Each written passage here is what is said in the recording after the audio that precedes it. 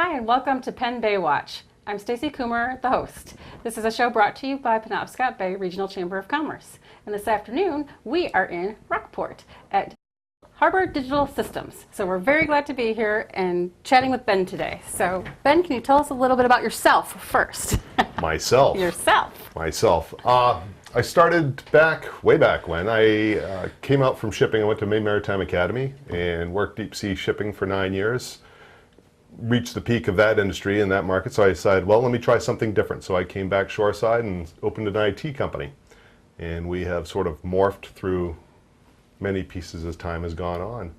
But as far as me, I have an engineering background. I have achieved other certifications as time has gone on to accompany what we do with our industry and to better our service that we can give to our customers. So that gives us a little history on what we're going to talk about next is, of course, your business. So tell us a little bit about what you do here. Well, Harbor Digital takes care of outsourced IT needs for businesses, not just in the mid-coast area, but up and down the eastern seaboard. We set clients up with certain equipment in certain manners with methods that we have determined work properly, and they will allow us to keep and maintain coverage and response time for our clients. So we're able to take that model and move it around as we want. We work with companies that already have IT people on staff, and we will be their sort of help desk on the back end. If they run into a server side or something really big network infrastructure side that goes wrong, they call us and we'll dispatch in and take care of things. Otherwise, we can be the permanent IT source and be in there for 24/7 support for clients and maintain, monitor their system servers. We sell all of the equipment. We service what we sell. We do not make it. We've learned in the past stuff changes too quick, so we don't build things. We have other people build them, national groups that do it for mainly government and educational markets. So it's pretty well tested and bulletproof stuff. We're able to get it at better pricing though because it doesn't have a big fancy label on it that's trying to support a huge infrastructure like some of the big guys out there. That's the IT side of the business. We also have a custom electronics side of the business, which takes care of custom home markets. We are audio and video as well as smart home and automation. These are the type of homes that you would come into with simple setups with a TV on a wall with multiple devices that need to be controlled with a simple remote. We call it an interface because we're dry like that. But we try to keep things simple for the client. No matter what they have, make it simple for the way they have to operate it. And that's our goal through the whole process. And then also make it so it can be serviced quickly if something goes down. So we don't use gear that you have to roll somebody out to the site every time something needs to be done. So once again, we can take this model and move it around anywhere we want in the country.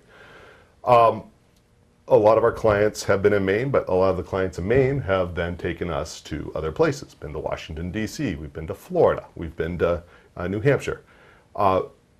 Doing installations because they like what we do up here. They can't find people down in their area that they really trust, or they just have built a relationship with us. So we move wherever the need is. We'll fly down there, take care of it, and get back here and monitor and service it remotely. And if something needs to happen, heavens forbid, it's not a problem. They understand technology breaks.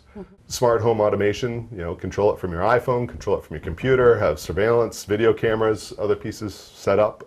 That's what we do, and we keep it simple for the customer on the back end, reliable, and we make it so they're not held at point from us to their technology. We don't make them a slave to our services is the way it comes down to, because it's gear that they can go find somebody else to program if they need to.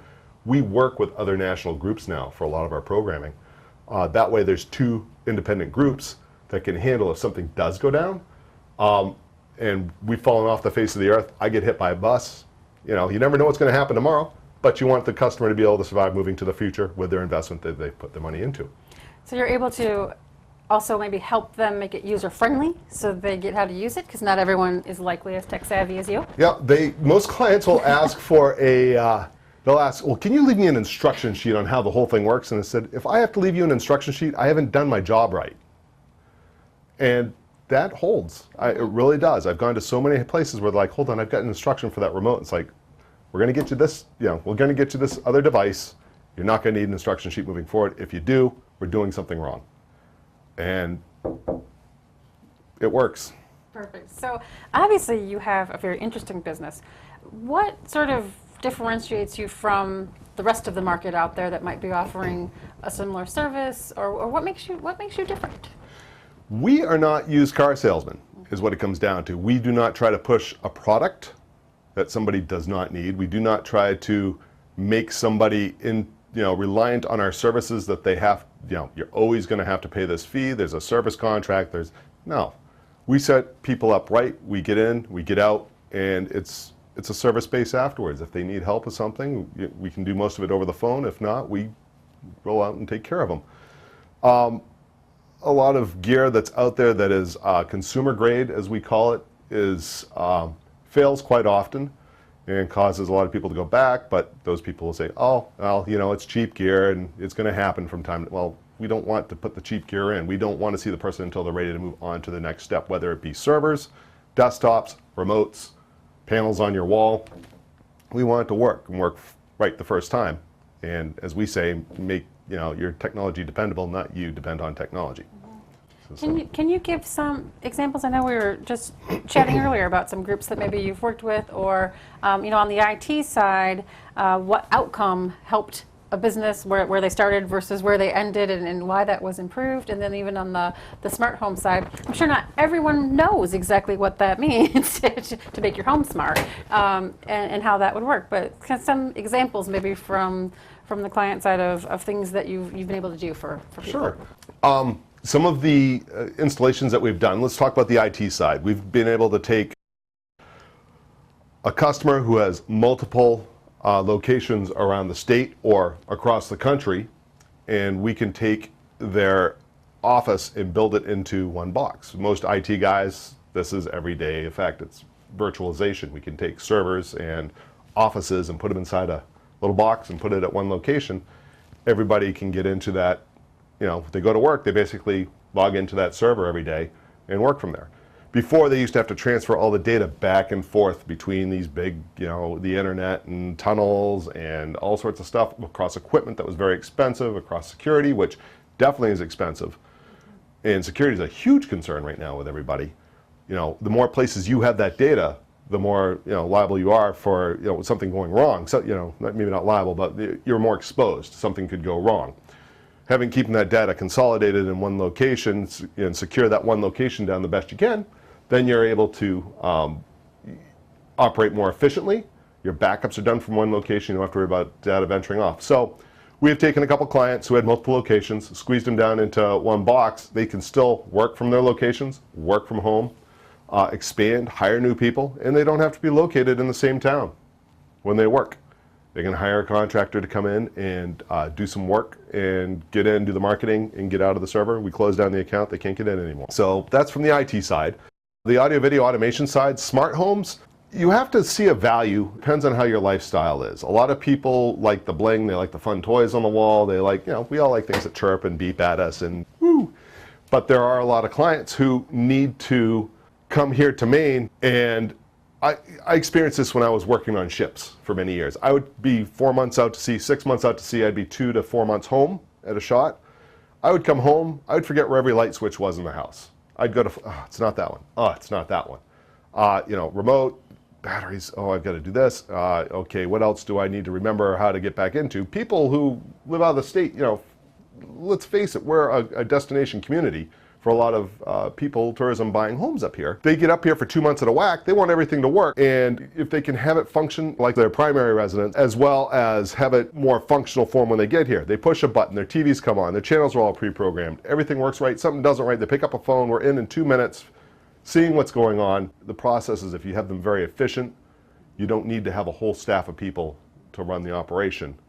3, 4, 5 people can take care of 100 clients if need be. So that's an important fact too, is keeping things efficient in our house keeps our prices down, keeps our labor costs down, keeps what I relay on to the customer down. It sounds like you're really able to develop systems that will work for them, whether it's in their work environment, their home environment, their personal environment, that really help people out. And that's what the great outcome is helping people get to doing something better than they'd done before. It's just such a complex world. So how do you keep up? There are a lot of ongoing courses that we try to maintain, a lot of seminars we try to go to, I can count on two hands the manufacturers that we use in here for all of our stuff, for the IT side, and maybe on a couple people's hands for the audio video side. But it's not that much. There's hundreds of thousands of stuff out there in the market. We focus down, this is what works, keep ourselves educated on those primary pieces. It means we have a lot less that we have to go learning all the time. Continuing education through CEDIA, Consumer Electronics Design and Installation Association. We go down to different places this year. It's in Denver. There's 4 days that we're in Denver. We will take the training that's given there. So there's a ton of courses that can be obtained there. We're there. We go for 2 days of just immersion training. I have my guys, whoever goes with me. We'll pick 6 courses a day for 2 days to take. The rest of the time we go visit with the vendors, go visit on the showroom floor, see what the new products are coming out, seeing how things go from this version to the next version. One important piece to remember across the board for IT and audio video: there hasn't been any big changes in many years. Those 3 pieces of the Moore's Law coming into the fact of faster, smaller, which thus runs cooler, we can take and apply all the same stuff we've done over the years to all the new gear that's here. So a lot of the pieces that have been in the IT world, the networking world, actually power most of the audio video world at this point in the game, which is fascinating because we have been on top of this from day one, dealing with fiber and not just patch cords and stuff. We actually go out to people's homes, and here we go for another tangent, but we go out to people's properties, and they'll have 5 houses on 40 acres, and they'll have connections all over the place, everything going on. We'll go clean that up. We'll centralize them all down to one connection coming in through, so it's managed from one back end. TVs can be distributed from that one back end, as well as the internet can be distributed. Lots less things to chase down at that point. We can do multiple redundancy at the back end, so if one piece goes down, something else picks up the load and keeps on going. Technology, that's what we've dealt with. Well, in the audio video industry, that's coming out now too. A lot of the higher end products that control your lights in your house, that control your shades, control your televisions, have multiple processors built in. They know something might fail, let's have another one that comes in. They are building that same redundancy into their gear. Network, IP topology, the stuff where networking, the handshake, is happening with audio video. The HDMI cord, the special cord that came out for TVs years ago, everybody's angry with because like, man, I gotta change all my gear now. Well, it's gonna get less expensive because the IT industry's been using that stuff for years, and it just hasn't had the same connector on it, but we're hoping it will soon. So obviously we've heard a lot about what you do, but what are you seeing with the future trends and predictions with sort of the IT technology side of things? Well, the IT side, bandwidth is king right now. Bandwidth being your internet connection you have to the rest of the world. Everybody is seeing your speeds go up as prices really haven't come down, but they have maintained the same prices and you get more speed for your money. So as those speeds increase, you're going to see a lot of people shifting to online. Most of our clients are already there. I'm already there myself at home. There's a lot of little geek ways to do things, which a lot of people are like, that's going to be too complicated for me to do. Your cable TV box, I see that going away eventually. I see a lot of stuff being powered through internet channels. Right now you can go to abc.com, you can go to cbs.com, you can go get a lot of stuff on demand. Major League Baseball has on-demand streaming for their games at this point. I'm waiting for other networks to start coming together. So you don't have to go find a television provider to go get that information or get that programming. It's going to be delivered through the internet, streaming to you live. And as bandwidth, as that size of that pipe for the internet gets bigger and bigger and more data can flow through, that's going to be more of a viable choice. We saw a lot of it happen recently with one of the local companies that got into a fight with CBS, and they dropped CBS for a couple weeks during negotiations, which didn't make a lot of people happy. That type of fighting has got to go away. So cable companies have to see the writing on the wall. Other providers have to see the writing on the wall. Let's get a good way to give our bandwidth product. Let's get the fastest connection with the biggest pipe to those people's homes, and then they can have all of the media they want. They can have all of the programming that they want, as well as conferencing, working from home, virtual office space. That whole side is starting to shift too. People aren't renting office buildings anymore. They're going to a coffee shop and working off of Wi-Fi because we can work in a virtual world. So in a world that bandwidth is king, and it's going to win the game for how media is delivered coming up soon. That's my prediction anyway. Anything else though on sort of the audio video side, or as you know, I just love this whole smart home concept. Anything else that you're seeing opportunities that will be coming there at all? For the smart home opportunities, a lot of the devices out there, that you can see them at the local big box stores now. You can see thermostat controls that are Wi-Fi. You can see all these devices that operate with the internet. So you can pull out your smartphone and control temperature of your house, the lights at your house. A lot of people are going to have a hurdle to go through to find out which units are dependable and which units they're going to want to put critical systems of their house on.